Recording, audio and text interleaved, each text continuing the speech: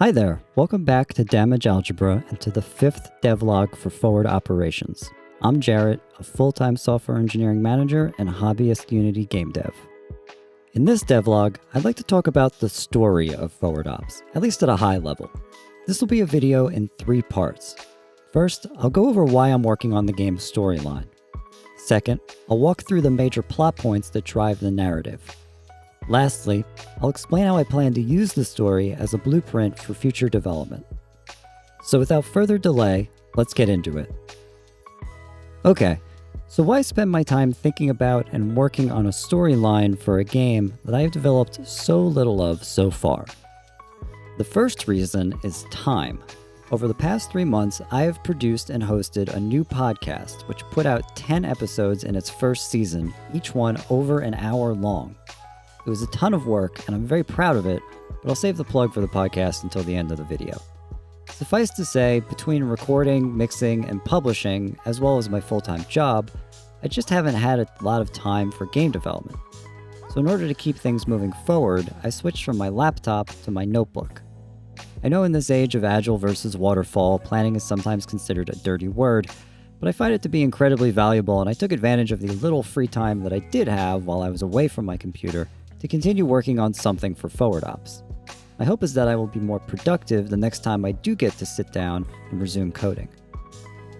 The second reason I've been working on stories so much is because I grew up with real-time strategy games with great stories, and I think it's an important aspect of the RTS experience.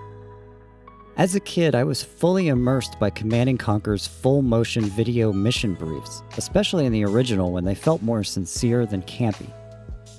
The world building in the first 3 Warcraft games were so good that they were actually able to make World of Warcraft in that universe. And as a history buff, I love the historical narratives in Age of Empires. All of the storytelling helped to ground the player and explain why you were fighting, who you were fighting for, and who you were fighting against. Without a great tale, there's just no stakes. What's the fun in that? So I thought it only made sense that I include at least a little single-player campaign of sorts in the game that gives the player that same grounding experience through story. All that said, what story have I come up with? I'll be the first to admit, it's nothing amazing or groundbreaking. My undergraduate degree is in history, so I wanted to come up with something that drew from real events so it felt plausible to modern players. At a high level, I'd describe it as, what if the world actually intervened in Syria in 2011 with a sprinkling of the realities learned after the Iraq and Afghanistan invasions? Without giving too much away, here's the basic storyline. The game will take place in a fictional universe where the growing Cold War between democracy and autocracy is raging across the globe. The World Congress, an organization assembling diplomats from almost all countries, is mostly toothless due to its reluctance to step on any nation's sovereignty. There is one country, however, led by a brutal dictator that has resigned from the World Congress over growing humanitarian concerns about the country's repressive government. Citizens disappear, secret police patrol the streets, all media is tightly controlled, and minority groups speak of torture and terror. The leader has become reclusive, has cut ties with neighboring countries, and is allowing the country to spiral economically. Even more concerning, in this world, the atomic bomb has never been built, tested, or deployed, and international treaties prevent countries from constructing the hypothetical weapon with mandated inspections of all nuclear facilities. In recent months, this rogue nation has renounced such treaties and barred inspectors, though no one really suspects they have the money or expertise to make the proposed weapon a reality. Nonetheless, this was the last straw. The autocratic nations of the world, while secretly supportive of their fellow dictator, could no longer publicly prevent an intervention. When a resolution to form a military coalition to remove the government and bring criminals to justice was put forth, the autocrats abstained and the measure passed. Who could blame them? They'd get to see what the militaries of their democratic rivals could do, and they'd be down one troublemaker draining their political capital. For the democratic nations, they saw an opportunity to demonstrate and test their own capabilities while expanding their coalition. The die was cast. You, as the player, are a junior officer recently graduated from the military academy. Congratulations! And just in time, too, because the nation is going to war, leading the coalition to depose a vile dictator. Since you're so new and the unit is shipping out, they're going to start you out small, with maybe just a squad or two to command. This is where the single-player campaign will begin, you arriving at a staging base with your unit. The first few missions will have you completing basic tasks to demonstrate your leadership abilities. In the first few missions, you might be in the camp doing some basic training maneuvers with your new squad, followed by a mission where your squad is pulling guard duty and investigating potential local contacts. Eventually, the invasion will begin, and as your unit moves through enemy territory, you'll be tasked with dealing with reports of local militia. Pot shots from snipers will hamper but not stop the column as it rolls towards the capital. As you prove yourself, you may get your own platoon-sized element to work with, then maybe a company. The further the invasion gets, the more you'll start coming into contact with official military units that are better trained, better equipped, and much more willing to put up stiff resistance. You'll need to bring in more mechanized units to get the job done. Success will mean eliminating enemies while reducing casualties. Remember, too, that you're with the good guys, and good guys protect and assist civilians. Respect your rules of engagement. I believe the campaign will culminate with taking the capital city, which would be the most challenging terrain of all. Harder to maneuver, with more opportunities for enemy ambush, and it will test everything you've learned in your short time as an infantry officer. The fall of the capital will probably mark the end of the official single-player campaign, but it's not really the end. As we've seen time and time again, when regimes change, chaos often ensues. You can bet the country will fall into a kind of civil war or insurgency.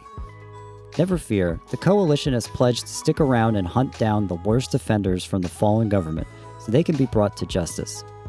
In the first episode of these devlogs, I described a game where you manage a forward operating base in a war-torn country, and this is the point in the story where that happens.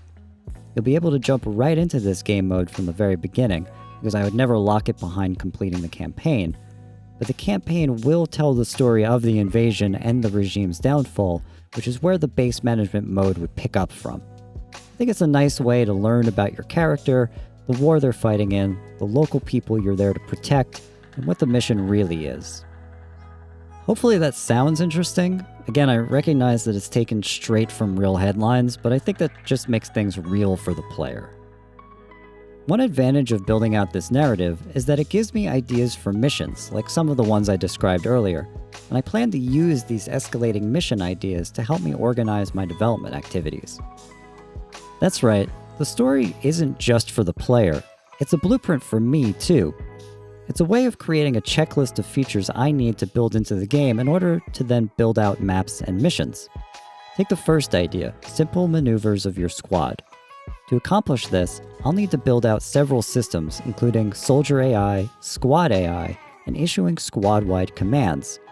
These systems alone don't make a full game, but they're enough for a first mission, and will become foundational for systems needed in the next mission, where I might layer in basic enemy spotting or basic gunfire mechanics. Another advantage of this approach is how it lends itself to playtesting. Who knows if I'll ever get there, but building out one mission at a time means being able to deliver systems to friends that are nicely packaged and that start really small and expand over time. Done right, I believe this will focus my energies.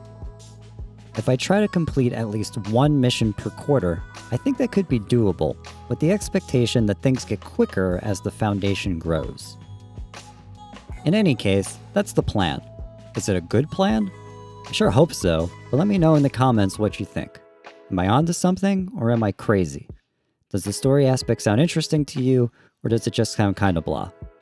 Your feedback would be a gift, and I would be super grateful to have it. Thank you in advance. Okay, before I go, I promised I would save the podcast plug for the end, and since this is the end, here goes. So the podcast is called Relitigated, and it's about the US Supreme Court. Each episode, my co-host and I select one real case and invite on 3 of our friends to roleplay as justices.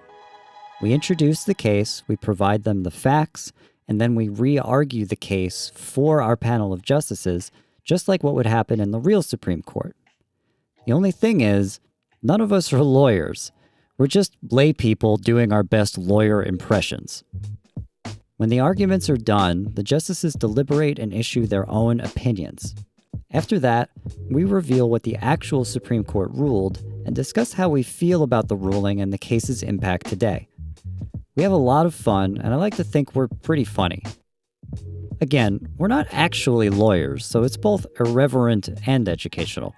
Plus, some of the cases we chose for this first season are insane. So if you like podcasts and are looking for a new one, check out Relitigated on your favorite podcast platform. Again, it was a ton of work, but I'm very proud of it, and I would love for you to check it out. So, there you go. There's the plug. Alright, that's it for this devlog. Kind of a quick one, but it still counts. Please like and subscribe if you want to keep up with what's going on here with forward ops and damage algebra. Thanks as always for watching. I hope to see you here for the next one. Take care.